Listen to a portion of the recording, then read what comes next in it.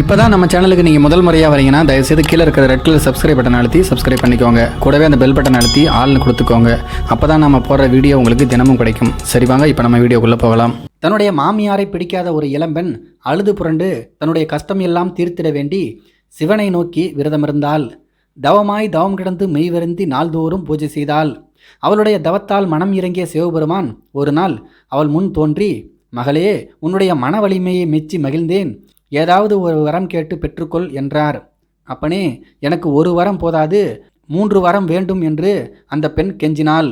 பெண் புத்தி பின் புத்தி என்று மனதுக்குள் சிரித்தார் சிவபெருமான். சரி குழந்தாய், ஒரு கண்டிஷனுடன் உனக்கு 3 வரங்கள் அளிக்கப்படும். அந்த கண்டிஷன்களை ஏற்றுக்கொள்கிறாயா என்று கேட்டார்.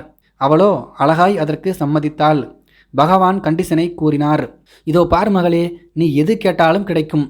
ஆனால் உனக்கு கிடைப்பது போல உன்னுடைய மாமியாருக்கு 10 மடங்கு அதிகமாக கிடைத்துவிடும். என்ன சொல்கிறாய்? அப்போது அந்த பெண்ணோ மிக்க மகிழ்ச்சியுடன் முகம் குளிர சம்மதித்தாள். விதி யாரை விட்டது என்று எண்ணியபடி அவள் கேட்கும் வரத்தை கொடுக்க தயாரானார் சிவபெருமான். முதல் வரம் என்னவென்றால், எனக்கு 100 கோடி ரூபாய் வேண்டும் என்று அந்த மருமகள் கேட்டாள். அப்போது மருமகளுக்கு 100 கோடி கிடைக்க மாமியாருக்கு 1000 கோடி கிடைத்தது. இரண்டாவது வரம், இந்த கண்டத்திலேயே மிக அழகிய பெண்ணாக நான் மாற வேண்டும் என்று கேட்டாள்.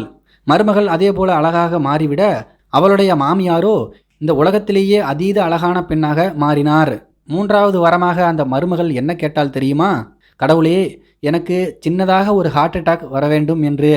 மருமகளுக்கு கிடைத்த வரம் போல மாமியாருக்கு 10 மடங்கு கிடைக்க வேண்டும் என்பதால் இவளுக்கு சின்னதாக ஹார்ட் அட்டாக் வர, மாமியாருக்கு வந்த ஹார்ட் அட்டாக்கால் மாமியார் இதயம் வெடித்து செத்தாள்.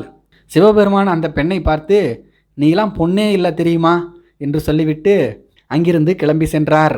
இந்த கதையை பற்றி உங்களுடைய கருத்துக்கள் என்ன அப்படிங்கிறது கீழே இருக்கிற கம்பாஸில் தெரியப்படுத்துங்க. மேலும் இது போன்ற வீடியோக்களை பார்க்க நம்முடைய சேனலை சப்ஸ்கிரைப் பண்ணிக்கோங்க. நன்றி, வணக்கம்.